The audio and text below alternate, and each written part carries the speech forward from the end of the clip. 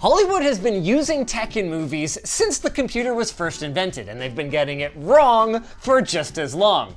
And just like the Corridor crew, when we see IT mistakes in movies, it's pretty hard to overlook and focus on the rest of the story. Which is why we were here at Computex and we invited Wendell from Level 1 Techs to help take a look and break down some scenes from TV shows and movies to see what they got wrong, but maybe also some stuff they got right. I was wandering outside and they brought me in. That is actually true. And we also brought in this message from our sponsor. Ugreen. Their Nexode X 160 watt charger is smaller than the original Nexode and comes equipped with 4 charging ports. Bring your 16-inch MacBook Pro from 0 to 50% in just 27 minutes with its 140 watt USB-C port. Check it out in the description below.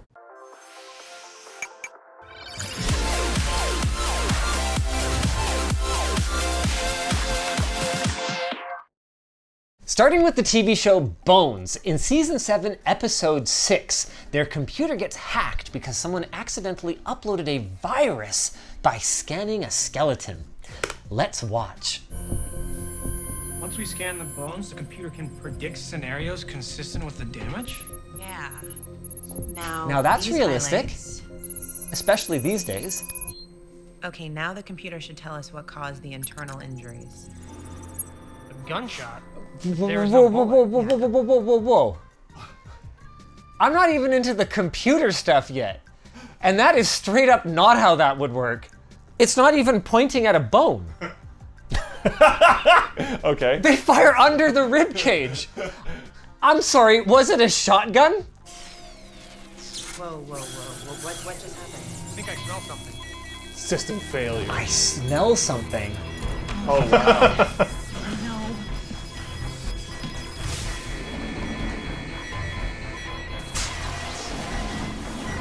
Yeah, the computer wouldn't catch on fire. Even if the cooling failed catastrophically, it wouldn't catch on. Sometimes the wires will catch on fire, but that would be at the back. Yeah, you can get little like spot burns. Now there is a product that is specifically designed with a kill switch that is supposed to heat up the circuits and destroy them. A lot of the flight data stuff in classified airplanes also have explosives, so you just pull the thing and it's like thermite and just, and then it's gone. But it would have to be designed for that. Also, that first flame was about as convincing as when we did our April Fool's video where I said our server room was on fire. So it turned out the malware killed our fans. They're supposed to turn on when the CPU reaches 75 degrees, but the malware added a 0 and made it 750. How did this malware get past our fire? It doesn't go past 255, sorry. Okay, for everyone who gets that, that's hilarious. It doesn't catch fire immediately. What? It would slow down or turn off. It's also weird because like, you wouldn't, unless the program is badly written and your adversary knows exactly the software that you're using and the version, you could do this with like a buffer overflow. So like the data is parsed as commands instead of data. But most of the time when you're scanning something, it's just gonna be data. I feel like by giving it that thorough of a debunking, you're almost respecting it too much. Even if what he said wasn't true, there isn't a processor on Earth that would manage to heat up that fast, even if you turned the fans off. It originated in my computer. Wait, but it wouldn't have gotten in there unless you had downloaded something. Yeah, or uploaded. All you uploaded were the scans of those bones. Are you telling me that there's a computer virus in the bones? The computer virus is in the bones. Imagine you had like a CT scan and you have a malformed CT scan file and you give it to your hospital and they parse that and then it turns into a virus. That's kind of what happens with PDFs or anything in your emails. Like you get a malformed PDF, you're not running a PDF thing and it takes over your computer. Looking at a PDF should be a perfectly safe operation, but it takes over and does stuff. So that part is the least unrealistic part, and it's really a stretch. And no two scans are likely to be exactly identical because that's largely an analog process. Again, I think you're respecting it far too much. Also, what was the point of that? Just to light their computer on fire? A Molotov cocktail would get you there a lot faster and a lot cheaper. Anything promising? It's hard to say. All the documents we photographed are in Chinese. We've got his hard drives, scans of everything in it. Now hold on just a moment here. This is disappointing because like, Some of the stuff is like there's artistic, creative license. You know, maybe they scan the bones. That whatever. could have been a bomb. This is just they didn't Google it. Does that even have chain of custody? Again, respecting it far too much.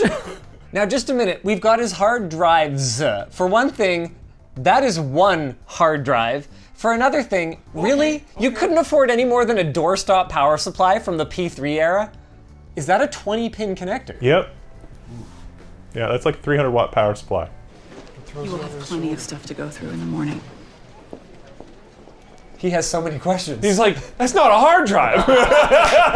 I haven't talked about this much, but Luke and I actually did a little bit of unpaid consulting on a high-tech script for some medium. Don't worry about the details because I'm pretty sure I'm under NDA. But speaking from that experience, if I had to guess how these things happen, I would say it's not because nobody knew better. It's not because a tech expert wasn't hired to come in and tell them something different, but because they actually made a conscious decision to not care. Or they did it too late. Like there was some changes that we had suggested that were like, well, we can't do it now. I think they could have sourced an e-waste hard drive instead of an e-waste power supply. System breach. Here we go. Firewall 1. We got a problem. This is from Castle. Someone synced a rat to one of my servers, a remote access tool. We're being hacked. First of all, it's remote access Trojan. Like, is it the more firewalls I have, the more safe I am? No. It's like Swiss cheese defense, right? All the firewalls have minor vulnerabilities and you just have a variety of them the whole way through. Yeah, that's the Battlestar Galactica model. I love the percentage to breach thing. I love that they have this tool where they're like, we know we suck. Let's make sure that we can measure exactly how screwed we are. Yeah, what's the morale of the team that develops that? Breached in red. I mean, if you could figure this out, it would be great, because as soon as Firewall 1 hits breached, you just message the backup battery and be like, hey, you need to turn off right now, and it turns off. Yeah. No, that would be too sensible. And look, I know that this is probably going to be the most pedantic nitpick of all, but that's not how you spell synced. I'll start an intrusion inspection and find out who our rat is. Whoa. Hieroglyphs? Uh-oh. Oh. They're on. Hold on. You don't decrypt a firewall. No. Firewall number 4.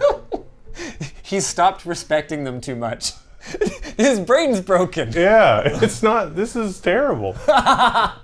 View options, yes, no. It's coming from inside the city, trying to narrow it down. Okay. What even is this? It's supposed to be narrowing down, which is funny because how this circle works, they already know, theoretically, that it's in the middle. I can ping a friend that's 3 states away, has a lower ping than my neighbor across the street. So this is like, oh, let's figure out how far away it is. It doesn't always work like this. Yeah. Type faster. Oh my god, this scene is like 3 minutes long. Start Counter-Strike! That barely slowed him down. I'm sorry, but he's going to find us in less than a minute. Should we abort? No, we've only got 2 of the blinky boxes left to go. I like that. That's good. Come on. Got it. Exact address. That's Castle's office. He must be working with Haley. She's got the skill set for this, and she is about to breach our firewall. If she does, they'll have instant access to our entire investigation. Turn it off. No, they won't. Okay, tell me this. You have breached the URL of apple.com. Do you have instant access to all of the data that's on it? No, although Dell, If all of it's public. Dell's public suffering lately with that, though. They did exfiltrate a lot of data to do with the customer orders and names and. But it would take time. Yes. And if Dell was literally sitting there preventatively anti-hacking, Yeah. no, in fact, they would not have access to everything. I can launch a cyber nuke, but it'll completely fry his system. Oh, cyber nuke, yeah. What is this interface? Why do they have this interface? But they don't have the ability to shut off the power. No. Oh! What just happened? We got cyber nuked. Armageddon, I'm afraid. It doesn't work that way. You don't just have like digital ICBMs? I mean, I assume that what's supposed to happen there is like you can trick the person attacking you into running some executable code and it wipes something, but it doesn't work that way. Someone hacked a curtain ad on the Scroll MD site. Looks like a normal ad, right? And this is the code for the ad. But peekaboo, there's actually 2 codes written right on top of each other. Okay, we were doing really good. Surprisingly good. For a bit there. I was convinced this was quite solid. That was actually really cool, like, and pretty realistic. Injecting a malicious redirect into some kind of seemingly real advertisement. Especially a pharmacy where you'd collect a lot of personal information and valuable personal information about people. Maybe that guy was just thinking his coworkers are morons and is using that to explain it. And it's like, okay, this code actually injects this other code. It's not like code on top of another code. I'm convinced that dude wants to claim that he has like 2 weeks to a month of work to do. And he's going to do it in like 4 hours. Now that sounds realistic. The target had to breach the ScrollMD servers to inject this code. Not true, actually. You could just exploit kind ad of ad delivery network. This happens all the time. Yeah. He's operating almost entirely on the surface web, where he can reach millions of everyday citizens. On the surface web? What the is the surface web? Well, as opposed to like the dark web. Yeah, I get it. Better script dialogue for that would have been, it's like you're utilizing like public ad networks and they're flying under the radar of public ad networks. Yeah. Are you? You should do this. Are you auditioning for your next career move? Consulting for Hollywood? They won't listen to you. No. 218 gone. Okay. No. What? I mean, if it's a pharmacy website, there's probably tens of, I mean, just bot traffic is going to be tens of thousands of IPs. But look at the IPs, 164.387. It'll never be more than 255 on any number. Whoopsie doodles. No, that might be on purpose, just because like you could accidentally have an IP address in there, and it's like, oh look, it's Bing. Are all of these breaking that rule? Yeah, but I think that's you a whole might thing. be right. Like, there's reserved IP ranges for kind of like 555, 5555. There's fake IPs, so they could just use those if they actually knew. But they need like a whole ocean of them, and these all look like they broke that rule. Yeah, none of these can be real IP addresses. I don't think any of them are. Maybe it was on purpose then. Let's give them that one. And their whole narrowing exercise doesn't work at all, because the guy working in the mailroom and the executive would actually have the same public-facing IP. Likely, yeah. God, you're kidding me. Target's using an IR LED array. Makes his license plate unreadable to the cameras. All 4 tires give up Bluetooth signals. Okay. Yes. That's actually kind of cool. And like that and the whole, none of those IPs would be working stuff. Like there's you know, there's traces in here. All 4 tires give up Bluetooth signals to report when they're low on pressure. What are you thinking? I don't know if they're Bluetooth. Bluetooth. No, they really don't. Yeah, that would be done over low frequency signal. Yeah, that's not even a little bit Bluetooth. There is something really wild that's happening with self-driving cars, and that is the standard for aircraft, like the aircraft-to-aircraft communication, has been co-opted and modified slightly for car-to-car communication. So a lot of smart cars are emitting tons of radio and can be uniquely identified. If you drive a Tesla, your Tesla can be fingerprinted and tracked without a license plate. Now, Wendell, this is something I legitimately don't know. Would a Bluetooth device have a MAC address? Yes. Okay. I've never looked up the MAC address of my Bluetooth device. Well, Apple actually has been worried about this for a long time, and so they've been doing MAC randomization, and Android got that feature later. So when you connect to a public Wi-Fi, actually, I used to work on a project for a very large commercial entity where we were doing Bluetooth beacon tracking, and you could track somebody moving through a commercial store like a Marshall's or something like that. And it's like, oh, the same people are coming back. We don't know who they are, but they're probably somebody that bought something. Oh yeah, that's kind of like what they do on the cruises, where they can bring your drink right to you. See that little white box right there? It's the Department of Transportation Traffic Monitoring System. Picks up Bluetooth signals to report traffic patterns. Sadly, this has become reality. It's not Bluetooth. No. But if you're trying to communicate this to people that are going to watch this show, it's not that bad. Why don't you just say wireless? Yeah. Yeah. No way. I'm getting hacked. This is classic. No, this is Okay, like, there's just so much They've that's... already burned through the NCIS My goodness. Ow, my frontal lobe. I have never actually seen this. This is a super legendary scene. If someone is stealing your documents, the documents that are being stolen are not opening on your screen. Like, it doesn't, you're not going to get a million. It would be impossible to do any work on this computer because of all the pop-ups. Remember the 90s? Like, you get all the pop-ups and bad things happening on your computer because of the malware. It's like, oh, what is this? Take the node and dump them on the other side of the router. I'm trying. It's moving too fast. Have you seen this before? Yeah. Oh my god. This is so, like, okay, 2 people, 1 keyboard does not work in any, there's just no universe where 2 people, 1 keyboard works. Ah, where'd it go, Abby? I didn't do anything. I thought you did. No. Hence why you don't have 2 people on 1 keyboard. He unplugged it. Well, that's the reasonable. first person with a brain! Woo! We did it! Literally the most reasonable thing in that entire scene. With all the submissions you guys gave us from crime shows like CSI and NCIS, we could probably make an entire second episode just from that. So hit the like button if you guys want to see a second one of these. I mean, according to IMDb, NCIS has a budget of only $2.5 million per episode. So that would explain why they just didn't have the budget to accurately represent hacking and technology on the show.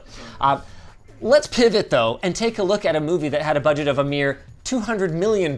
Surely they did a much better job. Oh good, it's Fast and Furious 7. Ramsey has created something interesting. Bring it up. Yes, sir. Say hello to God's eye. Now this little bastard hacks into anything that's on the digital network. That means every cell.